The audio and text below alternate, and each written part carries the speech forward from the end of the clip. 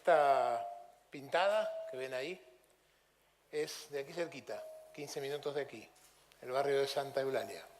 Exactamente una pared del Hospitalet de Llobregat. Y allí apareció esta pintada, que después apareció también en otros lados, en otros murales, en otras ciudades, en otros países, con el mismo texto. La verdad es que nosotros no sabemos muy bien cuál es la intencionalidad de quien hizo por primera vez esta pintada. Pero hemos querido traerla porque nos parece que este texto aplica a la perfección a lo que nosotros vamos a decir hoy respecto de este tema. Así que, para empezar a pensar, con autoridad no se educa, se adiestra. Y adiestrar, obviamente, no es educar. Educar significa brindar las herramientas que necesitan nuestros hijos para ser capaces de construirse la mejor de las vidas que les sea posible. Y en este sentido vamos a hablar de estos conceptos de educar, de cómo se hace y de qué significa. Yo no tengo ninguna duda de que es posible educar sin autoridad. Es más, creo que la pregunta debería ser la otra. ¿Es posible educar con autoridad? Hace un tiempo un amigo me contó un episodio que tuvo con su hija que a él le enseñó mucho y a mí también. Me contó que su hija tenía 8 años y él llegó de trabajar y le había hecho una travesura. Y él, muy enojado, la mandó a su cuarto. «Te vas a pensar», le dijo. La hija fue un poquito cabizbaja hasta su cuarto, se quedó ahí llorisqueando y él se quedó sentado, pensando. Y después de un ratito, cuando se le pasó el enojo, se le ocurrió una pregunta en la que jamás había pensado antes. Fue hasta el cuarto de su hija y le preguntó: «Hija, ¿vos entendés? ¿Tú entiendes por qué te castigué?» Y la hija bajó la cabeza y dijo: «La verdad que no». Y él se dio cuenta en ese momento que no tenía ningún sentido el castigo. Porque lo que la autoridad puede conseguir, en todo caso, es que alguien obedezca. Pero ahí no hay aprendizaje. Se supone que si yo educo a alguien, entonces después esa persona puede hacer eso por sí sola. Si esa persona está obedeciendo, siempre va a necesitar que haya un adulto ahí para decirle lo que tiene que hacer. No hay ninguna autonomía. No hay ningún aprendizaje y, por supuesto, entonces, no hay ninguna educación basada en la autoridad. Y por supuesto que los padres queremos educar a nuestros hijos y a veces, como venimos de una estructura donde la autoridad era la norma y estaba presente siempre, a veces tratamos de meter esta autoridad en medio de la pauta educativa. Y creemos que podemos educar utilizando la autoridad. Y básicamente utilizamos una pseudo-educación que está mezclada con la autoridad, pero que en realidad no sirve nunca para educar. La primera manera autoritaria de querer educar, y por supuesto que no sirve para educar, es la violencia física. No hace falta que hablemos mucho de todo esto porque todos estamos en desacuerdo. Y sin embargo, sigue habiendo hoy en todo el mundo padres y madres que creen que la violencia física puede servir para algo. Y estoy hablando de la violencia en cada uno de sus grados. Desde mi abuelo, que le pegaba con el cinto a mi padre en la espalda cuando no hacía lo que quería, hasta la madre o el padre que jala del niño por la calle arrastrándolo hasta su casa porque el niño quiere quedarse un minuto viendo la juguetería. Todo eso es violencia física. Y por supuesto, no sirve para nada. Y tampoco sirve cuando hacemos un hecho jerárquico de nuestra condición de padres o madres. Como si fuera que ser padre o ser madre te confiere cierta propiedad sobre la verdad o sobre la sabiduría de las cosas. La frase favorita de estos autoritarios que quieren educar dice: y esto es así porque te lo digo yo. Y lo haces así porque lo digo yo. Y lo haces y así es y esto no se hace. ¿Y por qué? Porque lo digo yo. Como si fuera de verdad el dueño de la cosa. Cuentan que un día hasta la casa de un señor llegó un niño, Juanito. Llegó un poquito más tarde Juanito de lo que llegaba usualmente. Y entonces el padre le preguntó qué había pasado que llegaba tarde. Y Juanito le dijo: no, es que estuve con Pedro, mi amigo, y resulta que Pedro estaba llorando y me quedé con él consolándolo. ¿Y por qué estaba llorando Pedro? Porque había discutido con su papá. ¿Y por qué había discutido con su papá? Bueno, porque se pusieron a discutir sobre algo que la maestra había dicho y el padre le dio la razón a la maestra y entonces Pedro dijo que la maestra no era la que tenía razón y entonces se pusieron a pelear y entonces finalmente Pedro se quedó llorando. Y entonces el padre de Juanito le dijo, mal hecho, dile a Pedro que si el padre le dice que la maestra tenía razón, entonces la maestra tenía razón. Dice, ¿y tú cómo sabes? Dice, bueno, porque si el padre le dice, entonces será que el padre está avalando lo que la maestra dice. Sí, pero Pedrito dice que no tenía razón. Bueno, pero el padre de Pedro sabe más que Pedro. ¿Y tú cómo sabes si tú no lo conoces ni a Pedro ni al padre de Pedro? Bueno, es que los padres siempre sabemos más que los hijos. ¿Cómo que siempre saben más que los hijos? Sí, siempre saben más que los hijos. ¿Y tú sabes más que yo? Claro. ¿Y la madre de Martita sabe más que Martita? Sí, claro. ¿Y siempre es así? Sí. ¿Y siempre fue así? Sí. ¿Y por qué sabe más? Porque hemos vivido más, porque hemos leído más, porque hemos vivido más cosas, porque hemos aprendido más cosas. Ah. Dime una cosa, papá, dijo Juanito. ¿Quién inventó el teléfono? El padre lo miró y le dijo, el teléfono lo inventó un señor que se llamaba Alexander Graham Bell. Ah, ¿y por qué no lo inventó el padre Bell, que sabía más? Es gracioso pensar en esta idea de que los padres siempre sabemos más que los hijos, porque a veces no es así. El uso de la autoridad es más sutil de lo que parece. Todos quisiéramos pensar que no somos autoritarios, pero es muy probable que a todos se nos escape un poco eso.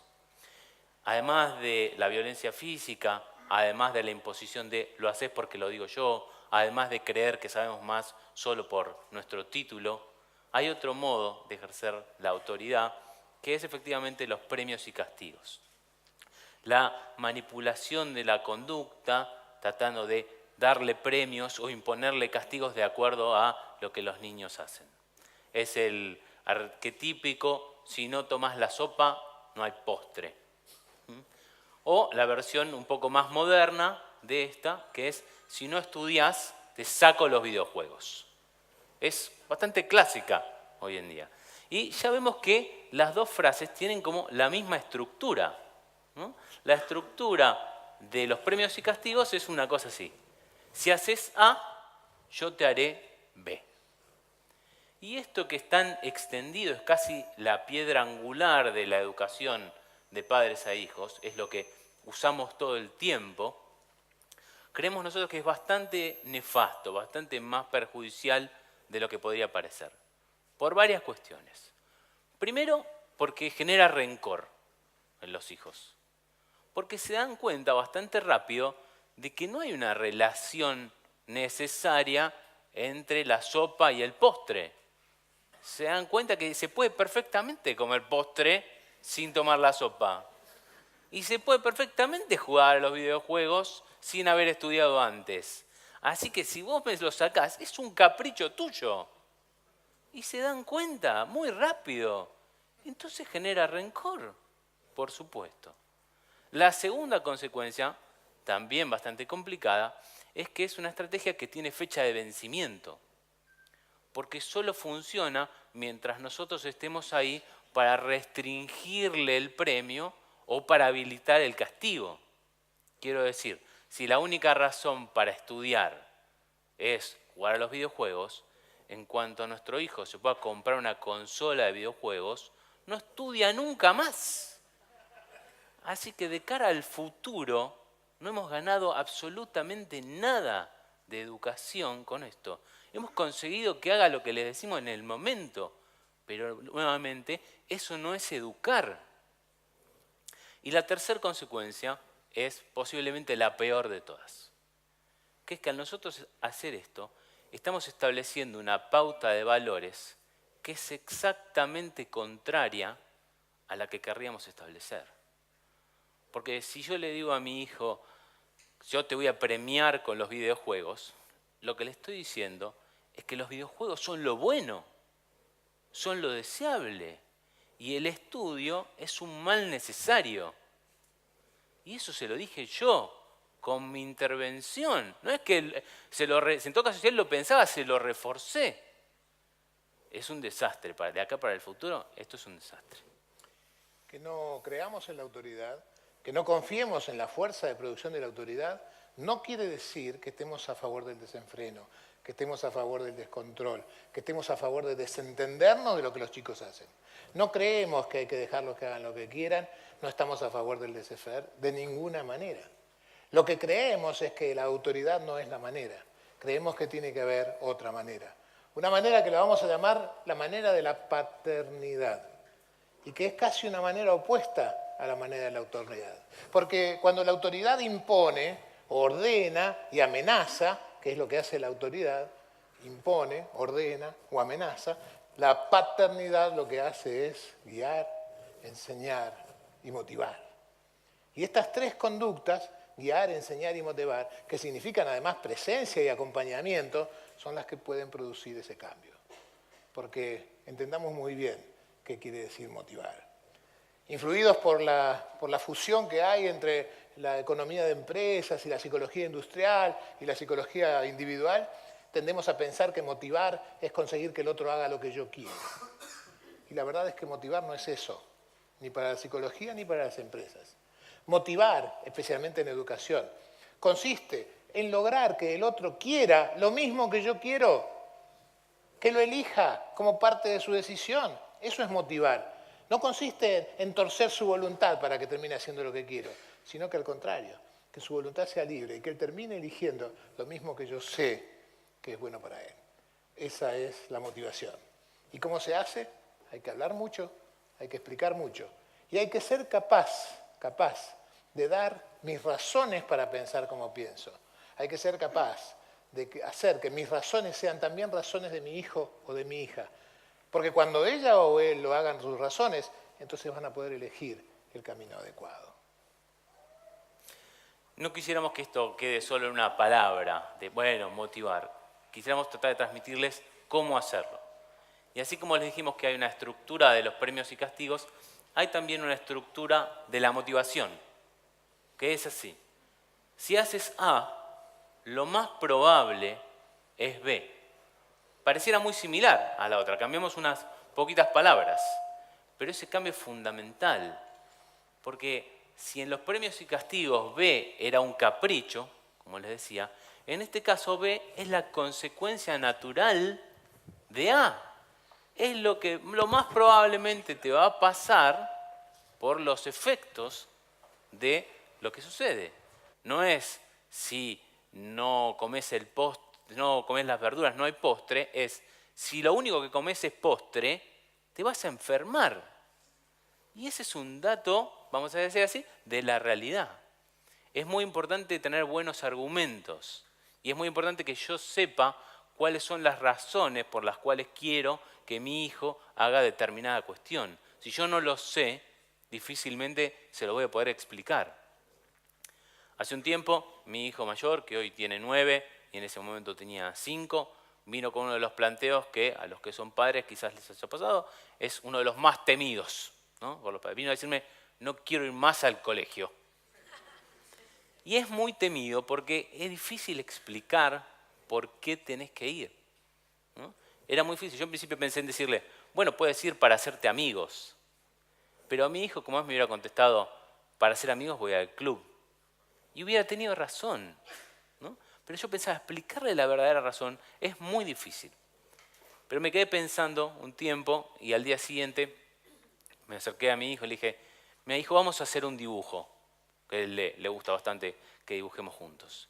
Es un dibujo muy largo, ¿no? Y entonces le abrí una especie de papiro que habría preparado juntando varias hojas con cinta. Vamos a hacer un dibujo. ¿Qué cosas te gustan a ti? Y él me dijo, me gusta el fútbol, me gustan los videojuegos, me gustan mis muñecos, me gustaría ir a Disney. Y entonces yo fui dibujando en un costado de ese papiro todos unos dibujos que representaban estas cosas que me decía. Y le dije, mira hijo, para todas estas cosas que a ti te gustan, hace falta dinero. Y dibujé unos billetes y unas monedas. No escribí porque él todavía no sabía ni leer ni escribir, así que tenía que dibujar. Y dibujé unos billetes. Y le dije, para tener dinero hace falta tener un trabajo. Así que mientras él nombraba algunos trabajos que conocía, yo hacía unos dibujos de unos hombrecitos trabajando como podía.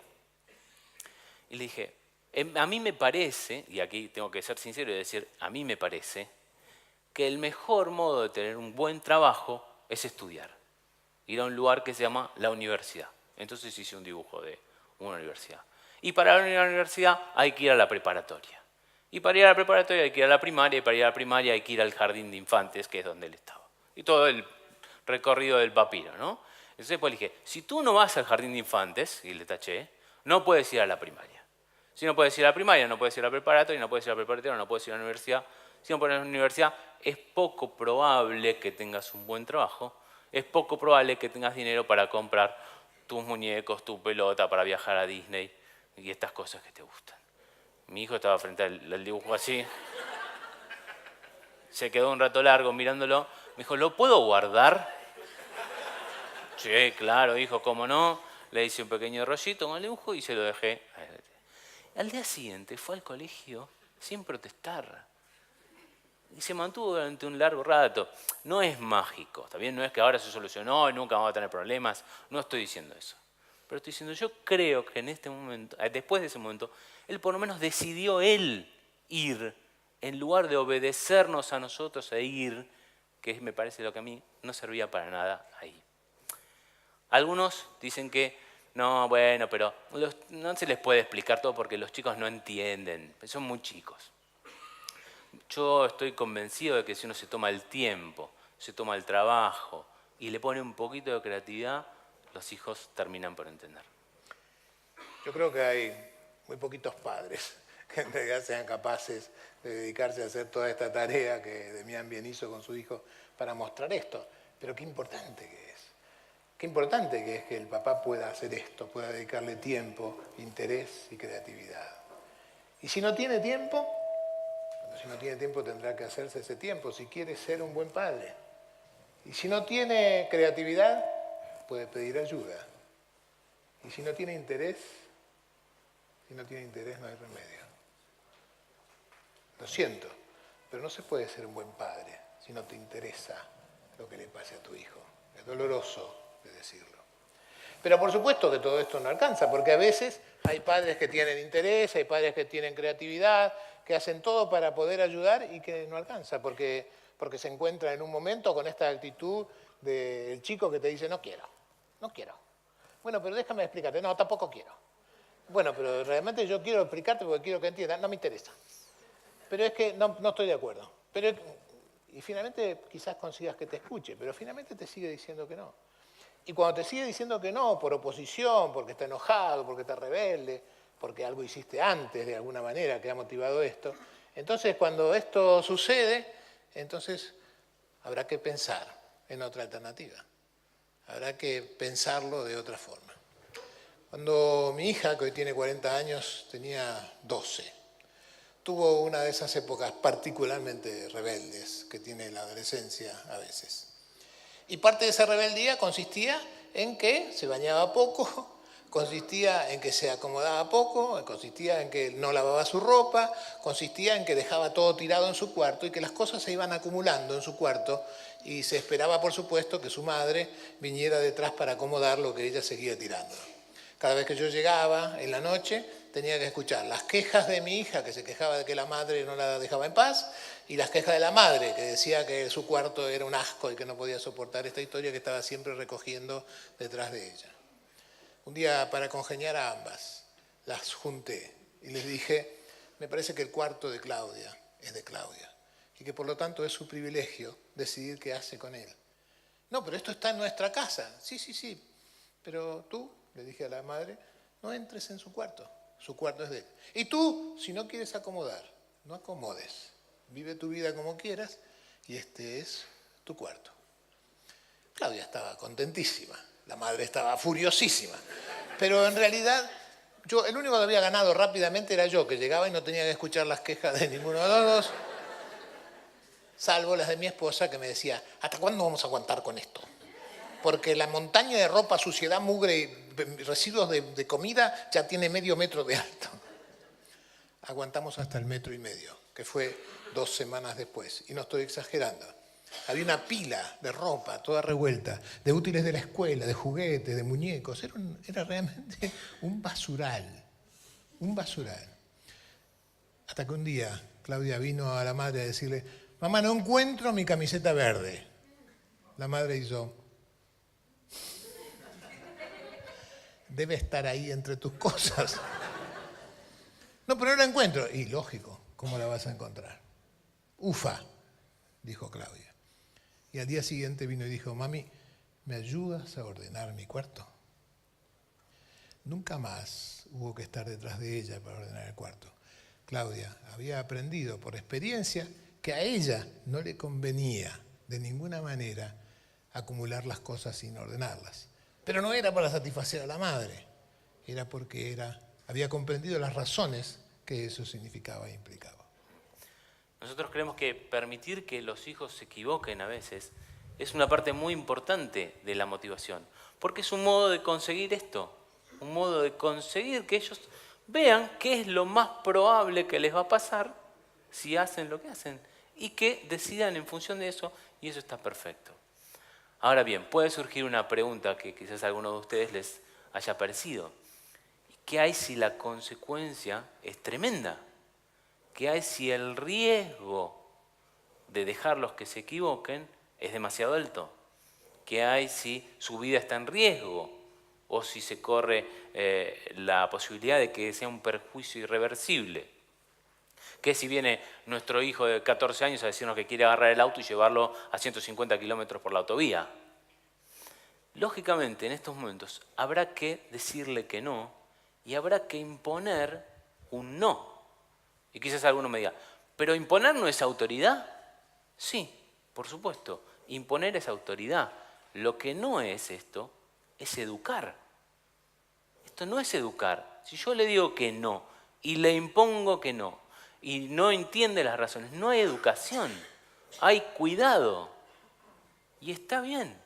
A veces los padres tenemos también que cuidar a nuestros hijos, pero tenemos que saber y estar seguros de que en esos momentos no los vamos a estar educando.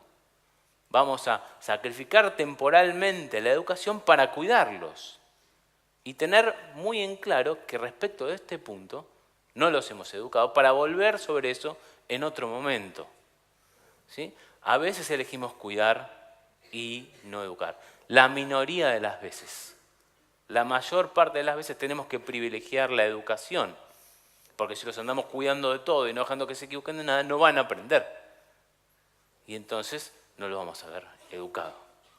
Pero tener muy claro esto, estas son cuestiones excepcionales, pero como regla general, privilegiamos la educación. Algunas veces en la vida, educando a un hijo, te va a pasar que tu hijo va a querer hacer algo que es seriamente peligroso para su integridad, o que le va a producir un daño irreversible, y que por urgencia o por lo que fuera, no hay manera de dejarlo correr, no hay manera de dejarlo hacer. Es allí donde uno tiene que tomar la decisión de excepción, que es, ok, esta vez no pude educarlo, solo pude cuidarlo y no pude educarlo. Pero qué bueno sería que en algún lugar yo me anote, me debo esta, le debo esto. En algún momento voy a sentarme con él para poder educar en esto, porque he fracasado en este momento, porque tuve que anteponer el cuidado. Como padres, como hijos y como terapeutas, que somos los dos, hemos aprendido en nuestra vida, cada uno por su lado, y hemos coincidido después, cuando sentamos a hablar con ellos, que una familia que educa con métodos autoritarios consigue hijos obedientes, competitivos y exigentes. Y hay gente que eso le encanta como resultado para sus hijos. Una familia motivadora puede no conseguir ninguna de estas tres cosas, pero seguramente consiga dos, aunque sea dos, que son para nosotros muy trascendentes. Consigue hijos que tengan alas y raíces. Empezamos nuestra charla con una pintada en una pared y queremos terminar con otra pintada. Esta pintada, a diferencia de la otra, no existe en una pared o existe solo gracias a la tecnología, y nos gustaría que también exista hoy para ustedes en su recuerdo, que se la lleven como resumen de lo que hemos podido decirles hoy, y es educar es motivar. Muchas gracias. Muchas gracias.